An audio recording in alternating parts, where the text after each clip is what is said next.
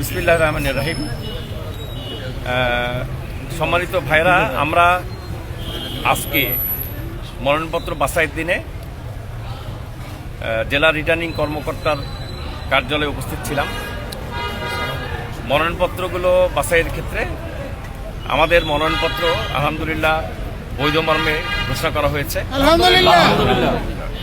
অন্যান্য মনোনয়নপত্রের মধ্যে দুটি স্বতন্ত্র প্রার্থীর মনোনয়নপত্র বাতিল করা হয়েছে। আর আমরা মনোনয়নপত্র দাখিলের দিনে একটি মনোনয়নপত্রের বিষয়ে আপত্তি করেছিলাম। আপনারা জানেন, ওই মনোনয়নপত্রের আপত্তির পিছনে কারণ ছিল যে মনোনয়নপত্রটি বিকাল 5টা পর্যন্ত ফটোকপি মনোনয়নপত্র হিসাবে জেলা রিটার্নিং অফিসারের অফিসে দাখিল করা হয়েছিল এবং আমাদের জানা মতে পরবর্তীতে 1 ঘন্টা পরে মূল মনোনয়নপত্র দাখিল করা হয়। বাংলাদেশে প্রচলিত নির্বাচন সংক্রান্ত সকল আইন আমরা ঘেঁটে দেখেছি যে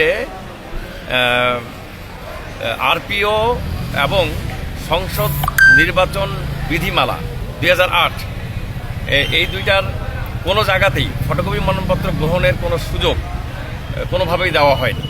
বরং সংসদ নির্বাচন বিধিমালা 2008 যেটা এখনও বহাল রয়েছে, সেখানে স্পষ্টত উল্লেখ করা হয়েছে যে রিটার্নিং কর্মকর্তা কিছু ভুল ত্রুটি, টেকনিক্যাল ডিফেক্ট যেগুলো, সেই টেকনিক্যাল ডিফেক্টগুলোকে তিনি ইগনোর করতে পারবেন, সেগুলো সেখানে সংশোধন করায় নিতে পারবেন। পরবর্তীতে ব্যাখ্যায় বলা হয়েছে যে একটি ফটোকপি মনোনয়নপত্র কোনো প্রকারেই টেকনিক্যাল ডিফেক্ট নয়, অর্থাৎ ফটোকপি মনোনয়নপত্র গ্রহণের কোনো সুযোগ নাই। কিন্তু তারপরও সেদিন তিনি ফটোকপি মনোনয়নপত্র গ্রহণ করেছেন এবং ওই মনোনয়নপত্রে কোনো রসিদ সংযুক্ত না থাকার পরও তিনি সংশ্লিষ্ট প্রার্থীকে রসিদ দিয়েছেন। এই অবস্থায় আমরা যেহেতু রিটার্নিং কর্মকর্তা বরাবর দরখাস্ত দিয়েছি তার মনোনয়নপত্র বাতিলের জন্য, এবং একই প্রসঙ্গে সিইসি বরাবর এবং চিফ অ্যাডভাইজার বরাবর আমরা ইতিমধ্যে অনলাইনে দরখাস্ত করেছি এবং ফ্যাক্স করে দিয়েছি। এই অবস্থায় আমরা নির্বাচন কমিশন থেকে এই ব্যাপারে সুনির্দিষ্ট সিদ্ধান্ত আমরা আশা করছি। আমরা আমাদের প্রচেষ্টা অব্যাহত রেখেছি। নির্বাচন কমিশন এ ব্যাপারে সঠিক সিদ্ধান্ত দেবেন এবং তারা হস্তক্ষেপ করবেন এই বিষয়ে, যেটা রিটার্নিং কর্মকর্তার কাছ থেকে আমরা কোনো রিলিফ পাইনি, কোনো প্রতিকার পাইনি।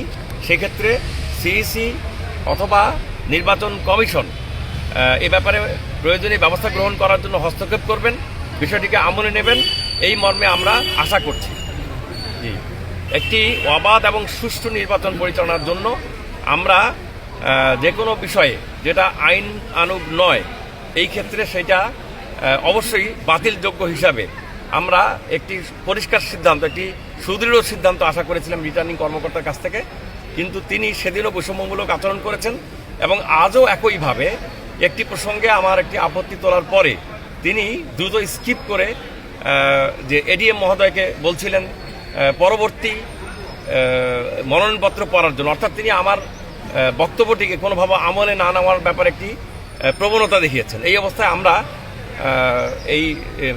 সরকারের কাছ থেকে, নির্বাচন কমিশনের কাছ থেকে অবিলম্বে বর্তমান জেলা প্রশাসকের অপসারণ দাবি করছি।